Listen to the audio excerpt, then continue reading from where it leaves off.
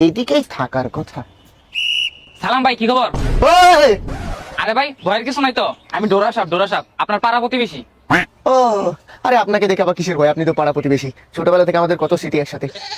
তা খবর তো ভালোই, কিছু খুঁজতেছেন নাকি? আরে ভাই আর কইেন না, কদিন রাসেল ভাইপারে যে আতঙ্ক ছিল, সারা বাংলাদেশে অল টাইম ট্রেন্ডিং। তাই একটু খুঁজতেছিলাম যে যদি সিপাই সাপাই কোথায় রাসেল ভাইপারে পাওয়া যায়, তাহলে তোর সাথে একটু ভিডিও শিডিও করে একটু টিকটকে ভাইরাল হবো ভাই, ভাইরাল হবো তার জন্য। এভাবে দিনকাল চলে ভাই। তা বাই দ্য ওয়ে ভাই, আজকাল থেকে আপনার একদমই দেখাশোনা নাই। জঙ্গলে হাঁটতে দেখতে গেলে আপনার একদমই সারা শব্দ পাওয়া যায় না। তো আজকাল করছেন নাকি?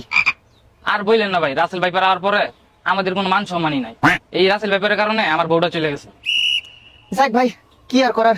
তুমি যাও কোন একটা জঙ্গলে যাও, আমারও আমি একটু দেখি দেখি রাসেল ভাইয়ের খবর টবর পাওয়া যায় কিনা। রাসেল ভাই! ঠিক আছে ভাই, তাহলে গেলাম।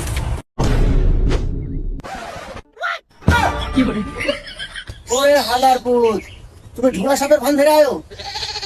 ভাই আমার ছাইরা দেন, আমি ভয়ঙ্কর স্বপ্ন।